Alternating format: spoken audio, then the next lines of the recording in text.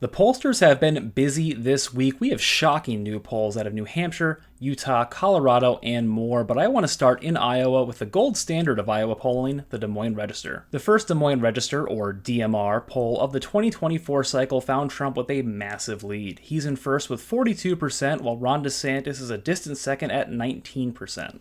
One trend I've pointed out on this channel is that Tim Scott has been consistently in third, and the same is true here. Although 9% isn't a particularly strong result, his combined footprint breaks 50%. That's voters who have him as a first or second choice, or voters that are actively considering him as a candidate. Nikki Haley, Mike Pence, Christie, and Vivek Ramaswamy round out the bottom of the pack, and while it looks like a bit of a runaway for Trump, there are some encouraging signs for DeSantis and Scott. DeSantis is the highest raw favorability rating of any candidate, though it's only 1 point better than Trump's. And Tim Scott has the highest net approval rating of any candidate at plus 42. Meanwhile, Mike Pence and Christie have net negative approval ratings of minus 11 and minus 32, yikes, respectively. We also got some new Iowa polling from conservative pollster Trafalgar, the results of which were pretty close to those of the Des Moines Register. Trump receives 42% of the vote again, with DeSantis at 16 and Tim Scott at 12. Keep in mind that Trump actually lost Iowa in 2016. He's polling much better now than he did then, and is clearly the frontrunner in the state. Trafalgar also has a new poll out of New Hampshire showing Trump at nearly 50%.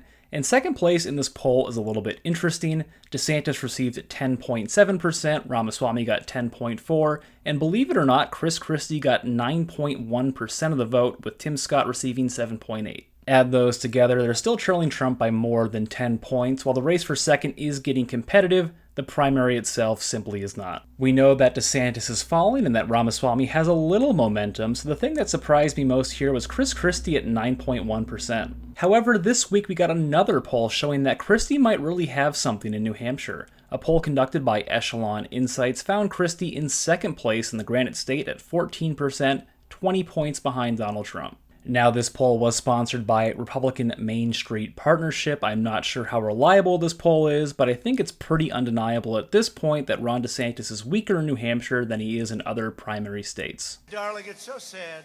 And one more data point to highlight the collapse of Ron DeSantis. In the YouGov National Tracking Poll, he's down 11 points in the last month, ceding ground to both Donald Trump and Vivek Ramaswamy. The GOP primary is over, so let's talk about a more competitive race, the Senate Republican primary in Utah. Incumbent Republican Mitt Romney has filed paperwork to run again, but expect a crowded field and a competitive primary. A new poll from Noble Predictive Insights found Romney at 30%.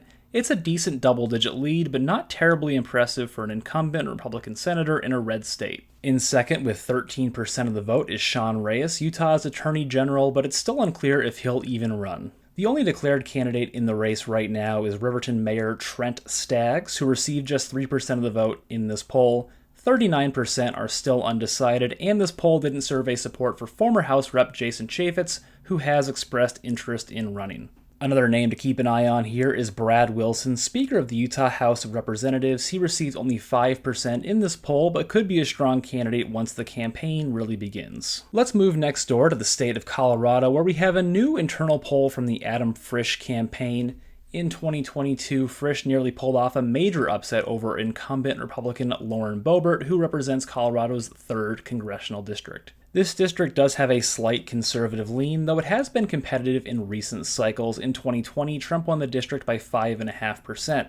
In 2022, Republican candidate for Senate Joe O'Dea won the district by 1%, and Democrat Jared Polis actually won this district in the 2022 gubernatorial race. Frisch's internal poll, which is likely to overrepresent his support, found him leading Boebert 50-48. We're shaping up for another very close race, but I think Boebert may actually do better this time around with Trump at the top of the ballot. The same poll found that Trump has better approvals than Biden within the district. We also have a new poll out of Louisiana, which is holding an important gubernatorial election this fall. Incumbent Democrat John Bel Edwards has been term limited, and the GOP has their eyes on flipping the state. Louisiana holds a jungle primary. Every candidate appears on the ballot in October, and if no candidate reaches a majority, a runoff election is held between the top 2 candidates in November. Leading the way is Louisiana's Republican Attorney General Jeff Landry with 40% of the vote. He has the endorsement of Donald Trump, Senator Bill Cassidy, several Louisiana House reps, and the Louisiana GOP.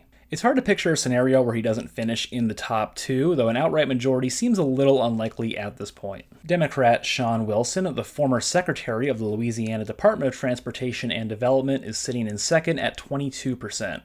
Wilson has the endorsement of John Bel Edwards and several other Louisiana Democrats. And while I think it's a little unlikely right now, Landry actually has a pretty clear path to an outright majority. 3 other Republican candidates are winning a combined 14% of the vote.